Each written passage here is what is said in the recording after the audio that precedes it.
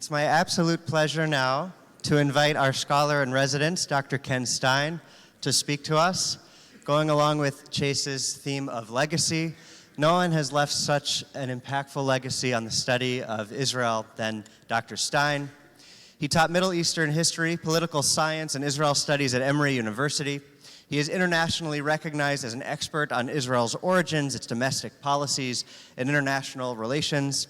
His expertise focuses on U.S. foreign policy to the Middle East, Arab politics, the origins of modern Israel, Arab-Israeli negotiations, and the teaching of Israel.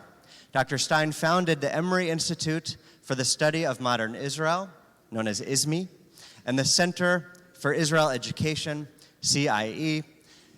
He is no stranger to Cleveland or even to B'nai Yeshurun. If you've seen the Yom Kippur Story Walk, it was his resources and documents that made it possible, that were so helpful.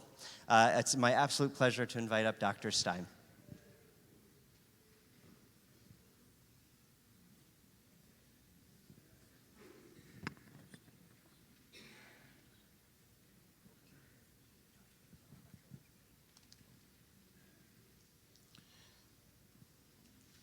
You have a student 13 years ago, and you get up to address an audience of more than 300, and he's the one who determines the choreography. What is wrong with this scene?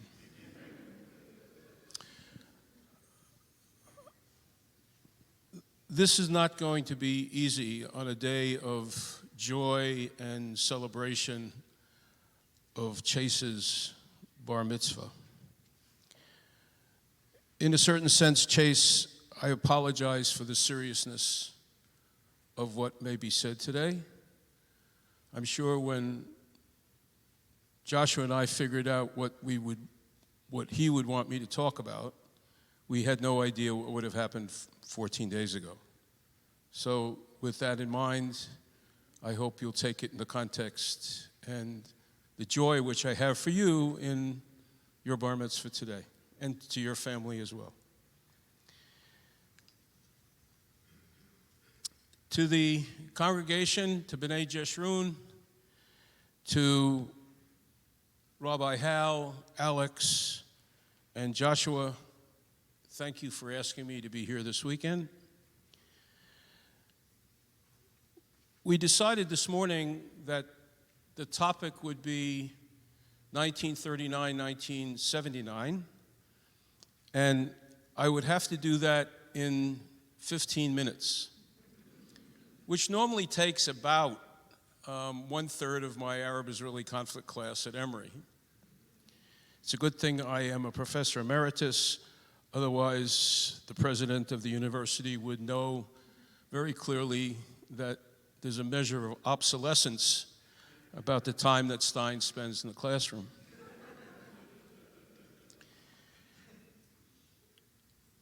'39 to '49, and then to '79.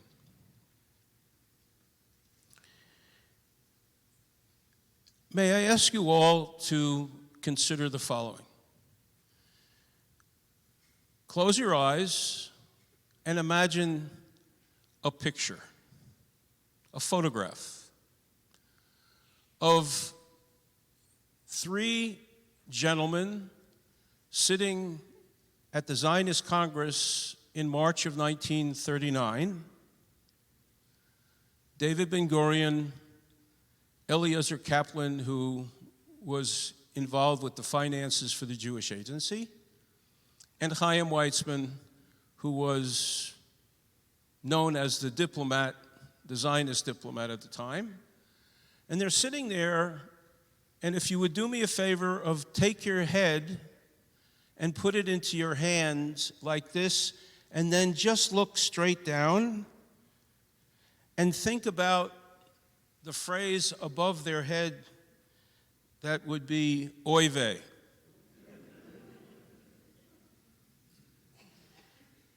Implant it. Now put that to the side and look at the second picture. A picture of September 1978 in the Israeli parliament, with a picture of Menachem Begin and Yigal Yadin, Simcha Ehrlich, Yigal Alon,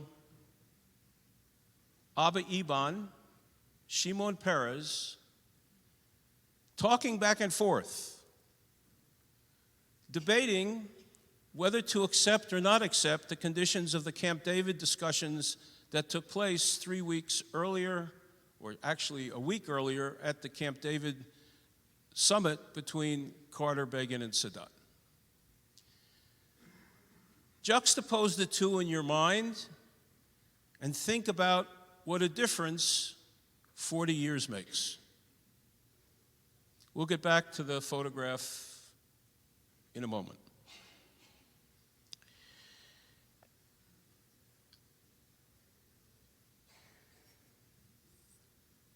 Zionism emerges because Jews have essentially said, we're not going to take it anymore, and we're going to take destiny into our own hands, even if it will be very slowly, and even if it will be difficult, but we'll do it. And a very small number of them choose to do that. Tiny number of Jews actually advocate and decide that they want to formulate a place, a territory, or reformulate or reestablish a territory of their ancient homeland. And that unfolds in the middle of the 1800s, goes through right through Herzl and the First Zionist Congress, takes us right down to World War I.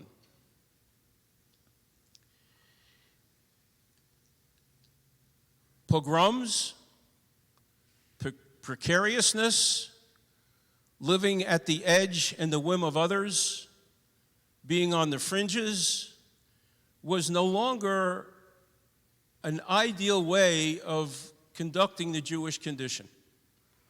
Most Jews who didn't accept Zionism, or most of them who didn't embrace this idea of starting anew in this new place, most of them came to Boston, Washington, Charleston, New York,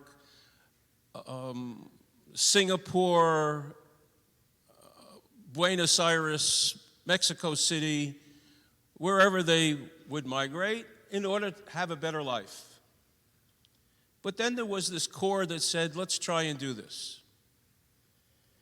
After World War I, they had permission from the British to establish this national home in Palestine, as long as they could do it without prejudicing the civil and religious rights of the existing non-Jewish communities.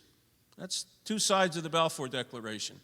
You can establish a national home here. However, you have to be careful and be aware of the rights of the indigenous population or the local population.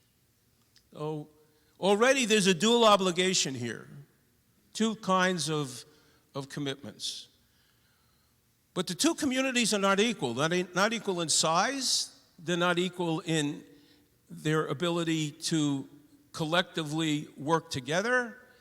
And one group is made up of a large population that's really impoverished and not very wealthy, in fact, very poor and mostly indebted.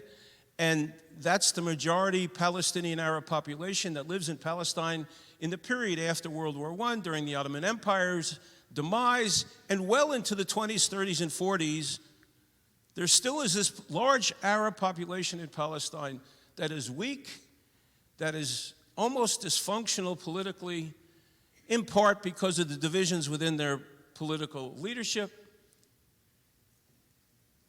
The Zionists, however, have a commitment to a cause. They're a little better organized, a little better financed, and have a real purpose in mind.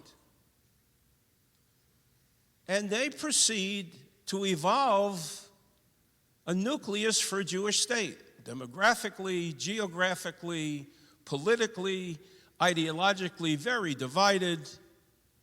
But they persevere, they move on forward. And then an additive that's thrown onto their effort to create this national home are the budding events that are taking place in Europe, and that's the picture of Weizmann, Ben Gurion, sitting at the Zionist Congress of 39. All of a sudden, Hitler's decision to murder Jews has hit reality. Survival against brutality. Fascism. Kill the Jews where they are. You want to close your eyes to 2 weeks ago, Saturday? Do the words ring similar? Then why is that? Why the precariousness? Even today, 75 years after the State of Israel, why the precariousness? Believe me, I can't answer that yet.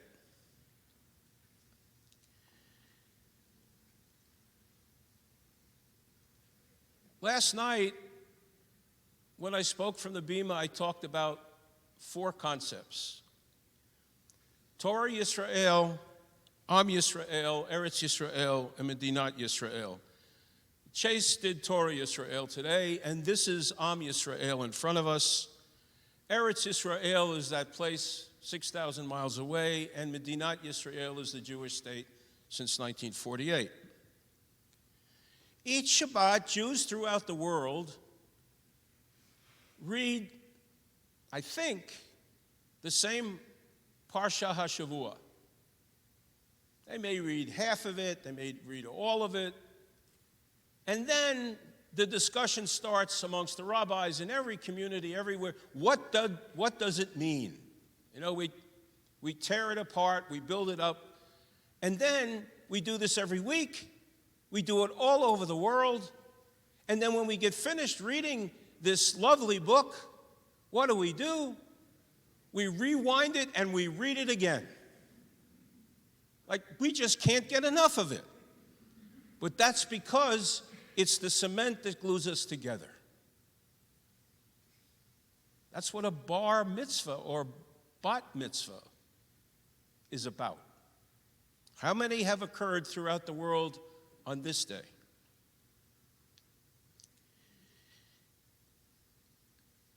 By the time World War II came to an end, it was quite evident that half the Jewish world, more than half perhaps, had been exterminated.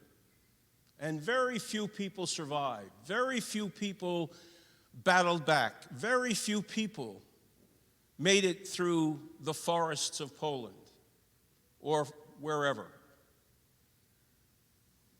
But they made it back. They stayed alive.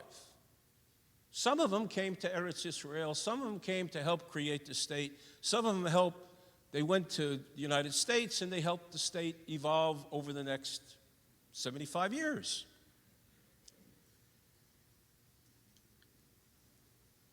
I used the phrase last night,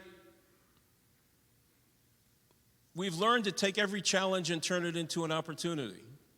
I say it again now. We have to take this challenge and turn it into an opportunity. When the state was created in 48 and it battled in the independence war, Arab states didn't make peace with the state. In the 67 war, as a result of that war, Arab states and the Palestinians didn't sign treaties with Israel. In other words, trying to assert yourself and recognition and be accepted is still on the table. I mean, 2 weeks ago, we learned that. It's still there.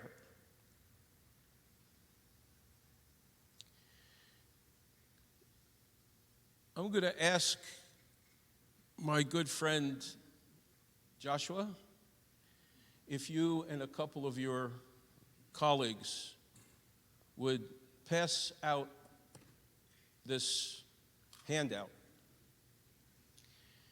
And I'm going to ask you, please, I know you're going to be curious because you're going to want to turn the page over. I'm going to ask you to stay on the page, stay on the side where you only have the pictures and you only have the maps. You know, it's a professorial thing. I got to give you something to take with you, so what you can't chew here, you'll chew later. And then maybe, hopefully, you'll digest some of it. And then maybe you'll re-chew it and think about it one more time. Josh, let me have one. Thank you. So just the page of the photographs that you imagined. The page with the photographs, just the page with the photograph. Are you looking for additional ones? You good? They're passing them out. All right. Now, ma'am, you'll get it. I promise. I promise. If you want, I'll sign it for you after Shabbat. No.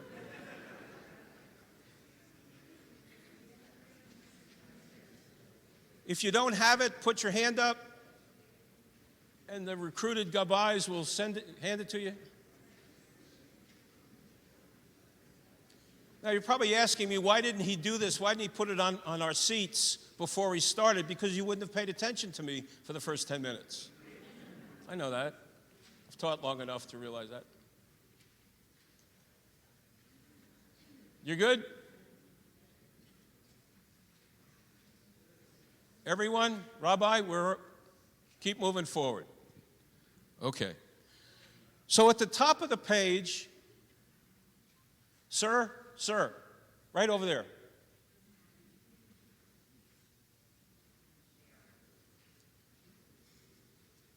You got any more? If you don't, you'll just have to buddy up with someone. Right. So the top of the page is Lihiot Am Chofshi Ba'artzenu, to be a free people in our land. That's what this is about. To Jews to express themselves in a place of their own. It's in Hebrew, right underneath the banner. And then Zionism's overarching concept: seek and preserve Jewish self-determination. Where has Zionism succeeded and what remains incomplete or finished after 75 years? The imaginary picture on the left and the imaginary picture on the right are right in front of you. They weren't imaginary. The one on the left was taken from the Weizmann archives in Rehovot. The one on the right I took from the Central Zionist archives in Jerusalem. Have permission to use them both. But there is the difference between 39 and 79. 78, 79, because the peace treaty will come the year after. Everyone with me? We're moving forward together. And the maps at the bottom is what Palestine looked like in 1860, what it looked like at the end of 48, and what it looked like after the 67 war. I'm not going to get into the details of the 67 war, though I may just make a couple more remarks, and I'm going to go on for about another 3 to 5 minutes.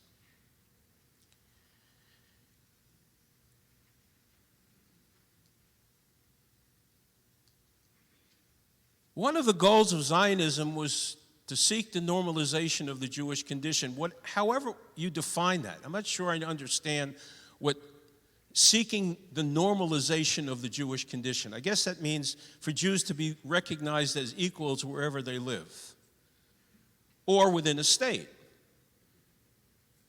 And what we saw on campuses and what we saw across capitals of the world, we're not so certain that so many people throughout the world are really embracing, or at least many of them are not embracing, this idea of a Jewish state, and the normalization of the Jewish condition still has a distance to travel.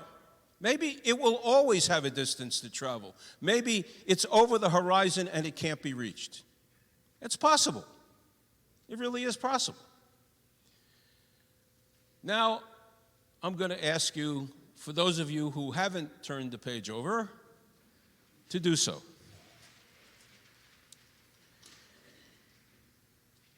And I want to ask you, please, to focus, as I conclude, on the bottom portion, not the top. You can do that on your own. Where has Zionism succeeded in 75 years? The bottom is, what are the unfinished results of Zionism so far? What has Israel not answered or been able to answer fully? If, how, or when? 75 years. You know what 1851 was? That's when the United States was 75. Really? No Civil War, no World War I or II, no women's suffrage, no Brown versus the Board of Education of Topeka, Kansas, no full conclusion on the role of religion in society, and certainly in 1851 the United States did not know one of its major borders. You can look at me and say, well, it's not really a fair analogy, Ken. Well, okay, but it's instructive, if not fair. What is the call to action as I conclude? The second bullet on the bottom, Israel needs to decide its final borders, and that may be down the road.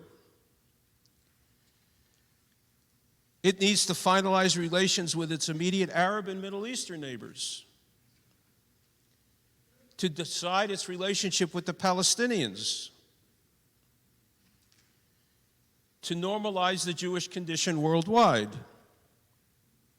to end or retard anti-Zionism, anti-Semitism, and delegitimization regionally and worldwide. And here, the last two, for the historian and the educator in me, are really very important. To sustain a systematic policy for having Jews and non-Jews worldwide learn and own Zionist and Israeli history. We need to know who we are, what this state is, and we need to know it like we know the four questions. No doubt about it. No compromise. We need to know it. We need to own it. We need to belong to it. And we need to spread it.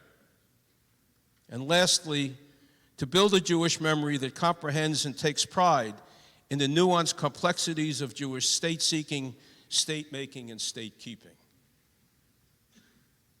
That's the charge for all of us. We all can play a role, not just with dollars, but with teaching it to the next generation. That's what we did this morning. We did it to the next generation. We passed it on.